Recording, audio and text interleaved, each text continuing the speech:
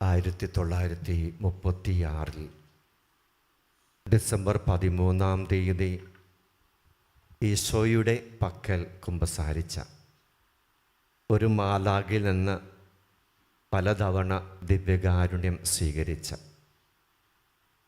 മഹാജൂബിലി വർഷത്തിലെ പൊതു ഞായറാഴ്ചയായ 2000 ആണ്ട് ഏപ്രിൽ മാസം 30 വിശുദ്ധ ജോൺ ബോൾ രണ്ടാമൻ പാപ്പ വിശുദ്ധ മരിയ ഫൗസ്റ്റിനയെ ഈശോയുടെ ദൈവ കരുണയുടെ തിരുനാൾ ആഘോഷിക്കുവാനായിട്ട് ആഗ്രഹിക്കുന്നുണ്ട്. വിശുദ്ധ മരിയ ഫൗസ്റ്റീന കോവാൽസ്ക, അതാണ് അവളുടെ പൂർണ്ണ പേര്. അവളിലൂടെ നൽകപ്പെട്ട ഈശോയുടെ ആഗ്രഹവും നിർദ്ദേശവും അനുസരിച്ച് പോപ്പ് ജോൺ ബോൾ രണ്ടാമൻ പാപ്പ പ്രഖ്യാപിച്ചു, ഇന്നു മുതൽ ഈസ്റ്റർ കഴിഞ്ഞു വരുന്ന ആദ്യത്തെ ഞായർ ദൈവ കരുണയുടെ ഞായറാഴ്ചയായി സാർവത്രിക സഭയിൽ അറിയപ്പെടും. വിശുദ്ധയുടെ ജീവിതകാലത്ത് ലഭിച്ച ഈശോയുടെ ദർശനങ്ങളെക്കുറിച്ച് എഴുതിയ ഡയറി കുറിപ്പുകൾ, വിവരണങ്ങൾ, ഓർമ്മക്കുറിപ്പുകളൊക്കെ പഠന വിഷയമാക്കി ലോകത്തിന് സമ്മാനിച്ചത് റവറൻറ്റ് ഇഗ്നാസി റോസിക്കി എന്ന ദൈവശാസ്ത്ര പണ്ഡിതന്. ദൈവകരുണയുടെ അപ്പോസ്തലയായ വിശുദ്ധ ഫൗസ്റ്റിനയിലൂടെ ലഭിച്ച ആ സന്ദേശങ്ങളിൽ 5 കാര്യങ്ങൾ നമ്മളോട് പറയുന്നുണ്ട്. 1, കാരുണ്യവാനായ ഈശോയുടെ ഛായാചിത്രം. തൻ്റെ കൊച്ചു മുറിയിൽ വെച്ച് 1932 ഫെബ്രുവരി 22 ഈശോ ഫൗസ്റ്റിനയ്ക്ക് നേരിട്ട് വെളിപ്പെടുത്തി കൊടുത്തത് ആ ചിത്രം. ഒരു കരം ആശീർവദിക്കാൻ ഉയർത്തിപ്പിടിച്ചിരിക്കുന്നു, മറ്റേ കരം ഉടുപ്പിൽ സ്പർശിക്കുന്ന രീതിയിൽ നെഞ്ചോട് ചേർത്ത് പിടിച്ചിരിക്കുന്നു. നെഞ്ചിൻ്റെ ഭാഗത്ത് ഉടുപ്പ് അല്പം മാറ്റി അതിനുള്ളിൽ നിന്നും ചുവപ്പും വെള്ളയും നിറത്തിൽ 2 പ്രകാശ കിരണങ്ങൾ പ്രസരിക്കുന്നു. വീണ്ടും ഈശോ അവളോട് അരുളി ചെയ്തു, ഈശോയെ, അങ്ങയിൽ ഞാൻ ശരണപ്പെടുന്നു എന്ന ലിഖിതം എഴുതി വെച്ചുകൊണ്ട് ഈ രീതിയിൽ ചിത്രം പെയിൻറ് ചെയ്യപ്പെടണം എന്നാണ് ആവശ്യപ്പെട്ടത്. ഈസ്റ്റർ കഴിഞ്ഞ് വരുന്ന ഞായറാഴ്ച അത് സാഘോഷം കൊണ്ടാടണം. ആ ചിത്രത്തിലൂടെ 2 കിരണങ്ങൾ സൂചിപ്പിക്കുന്നത് എന്താണ് എന്ന് ഫൗസ്റ്റീന ഈശോയോട് ചോദിക്കുന്നുണ്ട്. ഈശോ അത് ഉത്തരം പറഞ്ഞ ഇപ്രകാരമാണ്: വെളുത്ത കിരണം ആത്മാക്കളെ വിശുദ്ധീകരിക്കുന്ന തിരുജലത്തെയും ചുവന്ന കിരണം ആത്മാവിൻ്റെ ജീവനായ തിരുരക്തത്തെയും പ്രതിനിധീകരിക്കുന്നു. നമ്മൾ മാമോദിസ, കുമ്പസാരം എന്ന കൂദാസകളിലൂടെയാണ് പാപമോചനം നേടുവാനായിട്ട് ആഗ്രഹിക്കാറുള്ളത്.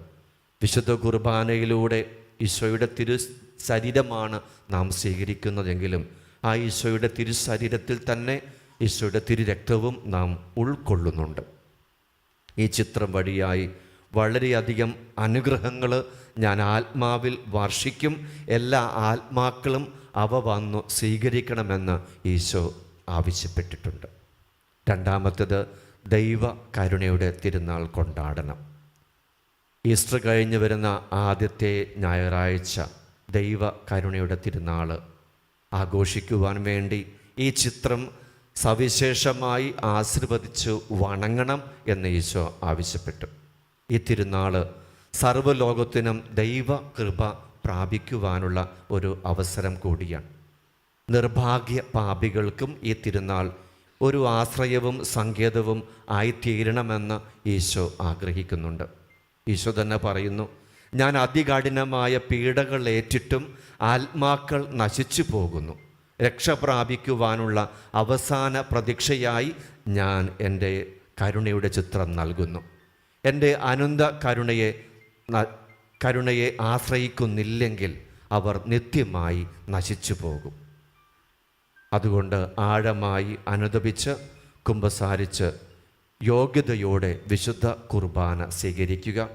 ഈ ദിവസം ജീവൻ്റെ ഉറവിടത്തെ സമീപിക്കുന്ന എല്ലാവർക്കും പൂർണ്ണമായ പാപമോചനവും ശിക്ഷയിൽ നിന്ന് ഇളവും ലഭിക്കും.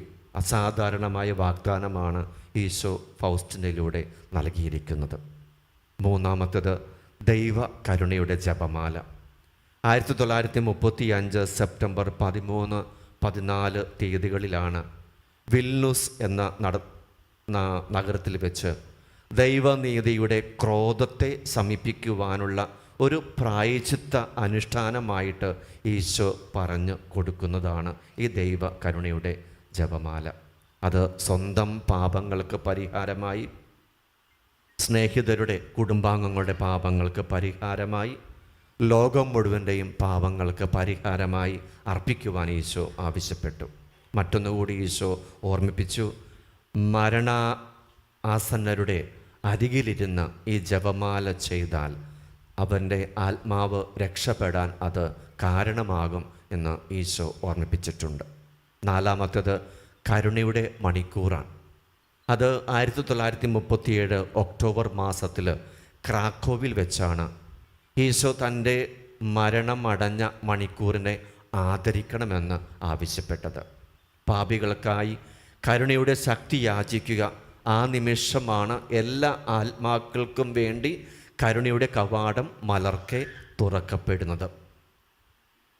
നമ്മൾ ആ മണിക്കൂറിൽ കുരിശിൻ്റെ വഴി ചൊല്ലാം, ആരാധന, ദേവാലയത്തിൽ വന്ന് ആരാധന അർപ്പിക്കാം. നമ്മൾ എവിടെയായിരുന്നാലും ഒരു നിമിഷമെങ്കിലും ആ 3 മണി നേരത്തെ അനുസ്മരിച്ചുകൊണ്ട് പ്രാർത്ഥിക്കുവാൻ ഈശോ ഓർമ്മിപ്പിച്ചിട്ടുണ്ട്. പ്രോസിക്കിയിലൂടെ 3 വ്യവസ്ഥകൾ ചൂണ്ടിക്കാണിക്കപ്പെടുന്ന ഇപ്രകാരമാണ്. ഈ പ്രാർത്ഥന നടത്തുമ്പോൾ 3 മണിക്ക് കരുണയുടെ മണിക്കൂറിൽ പ്രാർത്ഥന ചൊല്ലുമ്പോൾ, ഒന്ന്, അത് ഈശോയെ അഭിസംബോധന ചെയ്തുകൊണ്ടാകണം. 2, ഉച്ച കഴിഞ്ഞ് 3 മണിക്കാണ് പ്രാർത്ഥിക്കേണ്ടത്. 3, ഈശോയുടെ പീഡാനുഭവത്തിൻ്റെ യോഗ്യതയുടെ വിലയായിട്ടായിരിക്കണം അപേക്ഷിക്കേണ്ടത്. 3 കാര്യങ്ങളാണ് വ്യവസ്ഥകൾ വച്ചിരിക്കുന്നത്. 5-ാമത്തെ കാര്യം, ദൈവകാരുണ്യ ഭക്തി പ്രചരിപ്പിക്കണം. ദൈവകാരുണ്യ ഭക്തി പ്രചരിപ്പിക്കുന്ന ആത്മാക്കളെ അവരുടെ ജീവിതകാലം മുഴുവനും ഞാൻ സംരക്ഷിക്കും. ഒരു അമ്മ തൻ്റെ കുഞ്ഞിനെ പരിപാലിക്കുന്നത് പോലെ ഞാൻ പരിപാലിക്കുമെന്നാണ് ഈശോ പറഞ്ഞത്. അവരുടെ മരണസമയത്ത് ഞാനൊരു ന്യായാധിപനായിട്ടല്ല അവൻ്റെ മുമ്പിൽ പ്രത്യക്ഷപ്പെടുക, മറിച്ച് കരുണാർദ്രനായ രക്ഷകനായിട്ടായിരിക്കും. ഈ ദൈവ കരുണയുടെ ഭക്തി പ്രചരിപ്പിക്കാനായിട്ട് ക്രൈസ്തവരായ നമ്മളിലൂടെ അത് തുടരണമെന്ന് ഈശോ ആഗ്രഹിക്കുന്നുണ്ട്. അതിന് വേറൊന്നും ചെയ്യാനില്ല. ക്രൈസ്തവപരമായ വിശ്വാസത്തെ ആഴപ്പെടുത്തുക, ദൈവത്തിലുള്ള പരിപൂർണമായ ആശ്രയത്വം സ്വീകരിക്കുക, അനുകമ്പാർദ്രമായ ജീവിതവും ഉണ്ടാകുക. നമ്മൾ ദിവസവും ഒരു കാരുണ്യ പ്രവൃത്തിയെങ്കിലും ചെയ്യുവാനായിട്ടും ശ്രമിക്കുക. അപ്പോൾ ഈശോയുടെ ഈ ദൈവ കരുണയുടെ തിരുനാളിൽ ഫൗസ്റ്റിനയുടെ ഡയറിയിലൂടെ ലഭിച്ച 5 കാര്യങ്ങളാണ് നിങ്ങളെ ഓർമ്മിപ്പിച്ചത്. ഒന്ന്, നമ്മുടെ ഭവനങ്ങളിൽ ഈശോയുടെ ദൈവ കരുണയുടെ ഛായാചിത്രം ഉണ്ടായിരിക്കട്ടെ. 2-ാമത്തേത്, ദൈവകരുണയുടെ തിരുനാൾ സാഘോഷം കൊണ്ടാടുവാൻ സാധിക്കട്ടെ. 3, ദൈവകരുണയുടെ ജപമാല ചൊല്ലിക്കൊണ്ട് നമ്മുടെ പാപങ്ങൾക്ക് പരിഹാരം അർപ്പിക്കാം. 4, കരുണയുടെ തിരുമണിക്കൂറിൽ പ്രാർത്ഥനകൾ അർപ്പിച്ചുകൊണ്ട് നമുക്ക് മാപ്പും മോചനവും തേടാം. 5, ദൈവ കാരുണ്യ ഭക്തി പ്രചരിപ്പിക്കാം. ഇന്നത്തെ ദിവസം ഈശോ തന്നെയാണ് നമുക്ക് പൂർണ്ണ ദണ്ഡവിമോചനം വാഗ്ദാനം ചെയ്തിരിക്കുന്നത്. ദൈവത്തിൻ്റെ കരുണയിൽ ആശ്രയിച്ചുകൊണ്ട് ഈശോയെ ഞാൻ അങ്ങിൽ ശരണപ്പെടുന്നു എന്ന് മനസ്സുകൊണ്ട് ആഴമായി പറഞ്ഞുകൊണ്ടിരിക്കാം. ഈ ദൈവ കരുണ നാം സ്വീകരിക്കുന്നില്ല എങ്കിൽ നമുക്ക് മറ്റു മാർഗങ്ങളില്ല, ദൈവത്തിൻ്റെ നീതിയുടെ മുൻപിൽ നിൽക്കേണ്ടി വരും. ആ ദൈവനീതി നമുക്ക് താങ്ങാനാവില്ല, ഒരിക്കലും താങ്ങാൻ പറ്റില്ല. കാരണം നാം അനുദിനം അനുനിമിഷം ചെയ്തു കൂട്ടിക്കൊണ്ടിരിക്കുന്ന, പറഞ്ഞുകൊണ്ടിരിക്കുന്ന, ചിന്തിച്ചുകൊണ്ടിരിക്കുന്ന നിരവധിയായ പാപങ്ങൾക്ക് അതിന് പണി കിട്ടും, അത് ഉറപ്പാണ്. അതുകൊണ്ട് ദൈവകരുണ നിൻ്റെ മുൻപിൽ വെച്ച് നീട്ടിയിട്ട് നീ അത് സ്വീകരിക്കുന്നില്ലെങ്കിൽ നിൻ്റെ കാര്യം പോക്കാം എന്ന് ഞാൻ പറയുള്ളൂ. നമുക്ക് എഴുന്നേൽക്കാം.